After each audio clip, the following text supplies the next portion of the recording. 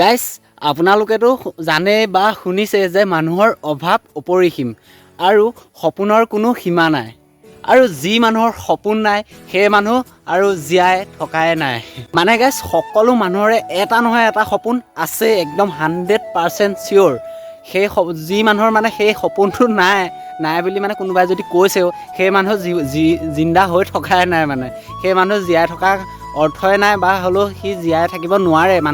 মানুহে সপোন নোহোৱাকৈ কেতিয়াও জীয়াই থাকিব নোৱাৰে মানুহৰ সপোন থাকেই সকলো মানুহৰে অকণমান লাগিলে সেইটো সৰু বস্তুৱে হওক বা ডাঙৰ বস্তুৱে হওক কিন্তু চব মানুহৰে সপোন থাকেই গাইজ জীৱনটো এটা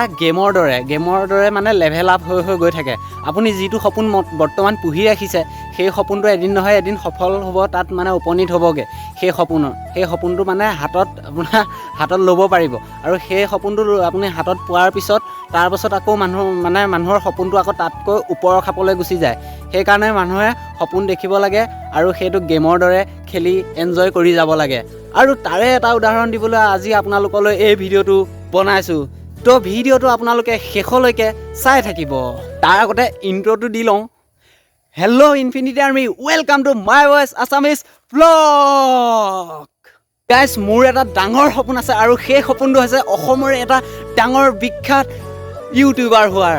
আৰু মোক সেইটো কাৰণে আপোনালোকৰ সহায়ৰ প্ৰয়োজন হয় চ' আপোনালোকে যদি ভিডিঅ'বোৰ চাই যদিহে ভাল পায় তেতিয়াহ'লে মোৰ চেনেলটো ছাবস্ক্ৰাইব কৰি পেলাই সহায় কৰিবলৈ নাপাহৰিব আৰু আপোনাৰ সপোন কি সেইটো মোৰ কমেণ্ট বক্সত লিখি জনাই দিব তো ব'লক আজিৰ এই ভিডিঅ'টো পটাপট আৰম্ভ কৰোঁ এটা সৰু উদাহৰণ দিম দিয়ক সেইটো বেছি ডাঙৰ নহয় কিন্তু মানে হ'লেও আপোনালোকে বুজি পাওঁকৈ একেবাৰে সৰুকৈ দিম উদাহৰণটো তো ভিডিঅ'টো চাই থাকক এইখন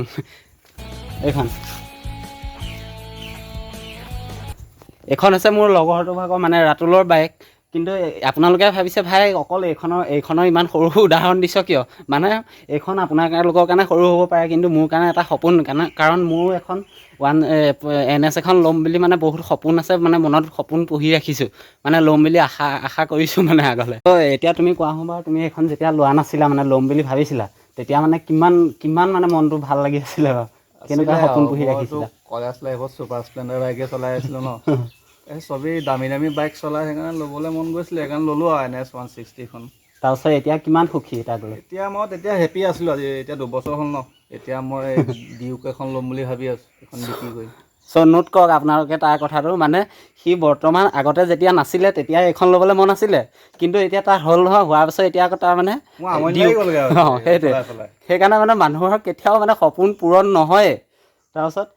সেইটো কাৰণে আকৌ এতিয়া ডিউক ল'বলৈ মন গৈছে এইখন চলাই বোলে তাৰ আমনি লাগিলে সি মোক মানে সেইদিনাখনি কৈছিলে সেইখন লোৱাৰ পিছত তুমি ভাবানে বা তোমাৰ সপোন আৰু নাই বুলি সপোনটো মানুহে সপোন দেখি গৈ থাকিব